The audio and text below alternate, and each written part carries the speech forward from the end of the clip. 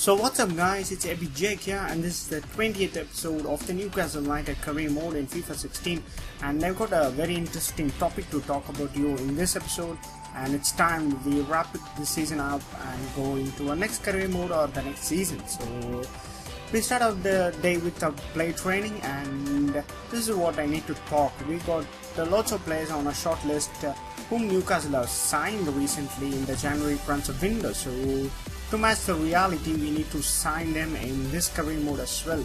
So as you can see, our transfer budget, we got just 8 million and 20k. That's definitely not enough to sign a single player. So I'm looking forward to take up a financial takeover. So you guys let me know in the comments below. Maybe I'll leave a straw poll as well. So moving into the first game of this episode against Aston Villa at Villa Park, after a defeat in the last game at Swansea City, and if we win this game it will be a moral boosting win. So this Aston Villa's lineup, they got a very decent lineup, and I wonder why they are struggling for relegation. They got a very decent team, and especially in FIFA. And regarding our team's lineup, we got pretty much our standard looking lineup, apart from Remy Cabello who's been out injured, and Florian Thauvin takes his place at right midfielder. And early on, Florian Thauvin did get into the act here with this with the through ball from Wijnaldum. It was great, and Florian Thauvin, I got to say, he's just stepped into this in the absence of Remy Cabello. It's been so good.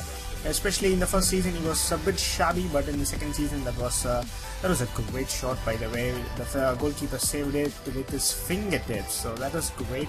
So Florian Thauvin has been a very influential player in the absence of Remy Cabello. So we tried to take a short corner and try to get into the box. That was great defending initially from Aston Villa, but initially we get into the box, and Ayoze Perez, I think he was taken out by Carlos Sanchez. So we get a penalty early in the first half, which Johan Kabay converts that one coolly, although the goalkeeper got into the right position. So we are 1-0 up in the first half, trying to get another goal here, and unfortunately Wijnaldum with his weak foot couldn't finish past the goalkeeper. That was miles wide. He was carrying a bit of a knock as well, so that was in my mind a bit. But all of a sudden Aston Villa got into the other end of the pitch and scored a lovely header from Andre Ayew. That was a defensive letdown there.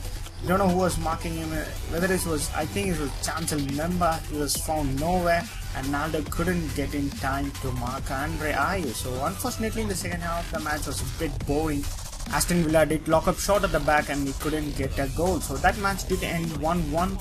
And moving into another training session here, and Armstrong goes into 70. So that's very impressive, and I'm definitely looking forward to get him as much games as possible and try to grow him into a world star.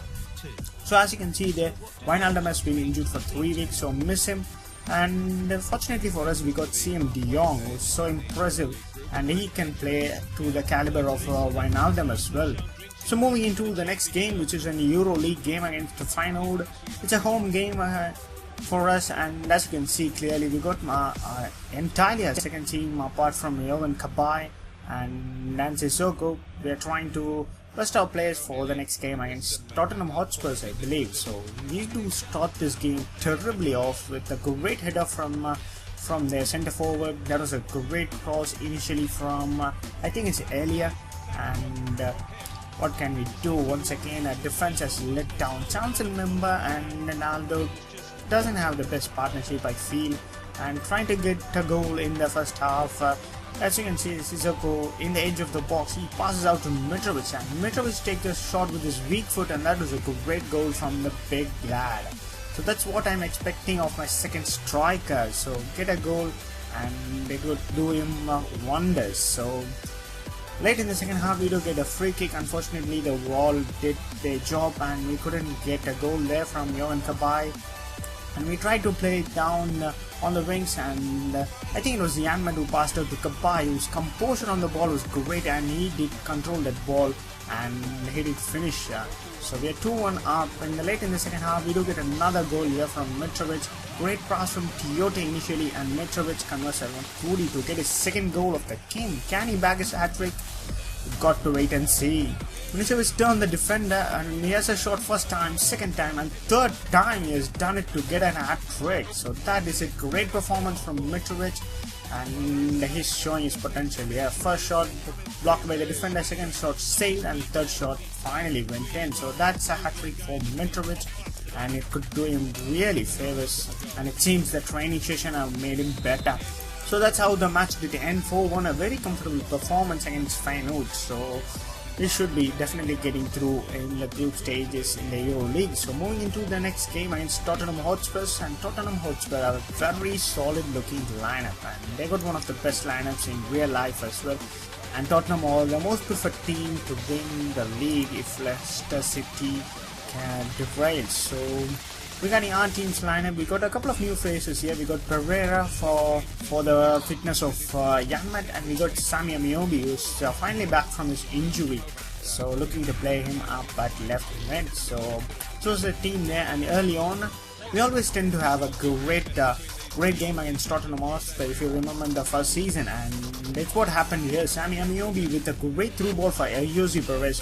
Ayoze Perez with his pace and composure beats a defender and beats a goalkeeper with a great finish shot. That was a great finish shot from the Spaniard.